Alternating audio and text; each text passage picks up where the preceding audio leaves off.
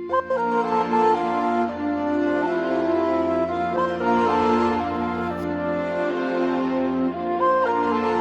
Guys, അപ്പോൾ ഇന്നത്തെ ഒരു ഈവനിങ് വ്ളോഗാണ്. ഇപ്പോൾ ഒരു 3:30 ആയപ്പോൾ ഞാൻ ക്ലാസ് കഴിഞ്ഞ് വീട്ടിലെത്തിയിട്ടുണ്ട്. ചോറൊന്നും കഴിക്കാൻ നിന്നില്ല, ഒരു മാഗി ഉണ്ടാക്കി കഴിച്ചു. വെള്ളം കൂടിയതല്ല, എനിക്ക് ഇങ്ങനെ കഴിക്കാനാണ് ഇഷ്ടം.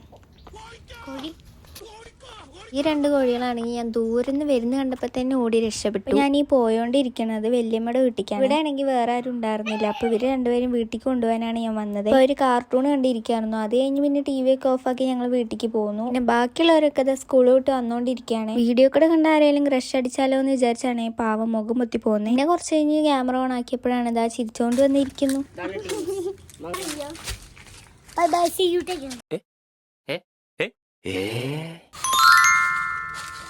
ഇനി കുറച്ചു നേരം ശോകമടിക്കാം. എന്താ വേറൊരാളും കൂടി വരികയാണ്. ഡിങ്ക ഡിങ്ക.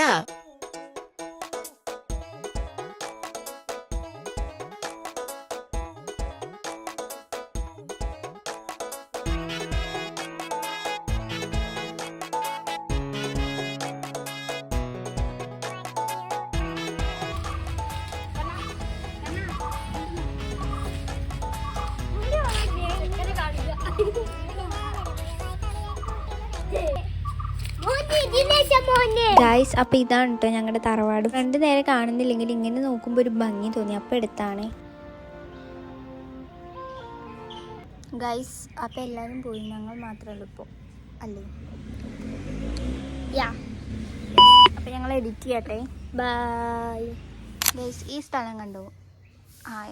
ഈ സ്ഥലത്തൊരു റൂം, എനിക്കൊരു റൂം കേട്ടോ, ഫ്യൂച്ചറിൽ സെറ്റാക്കാം.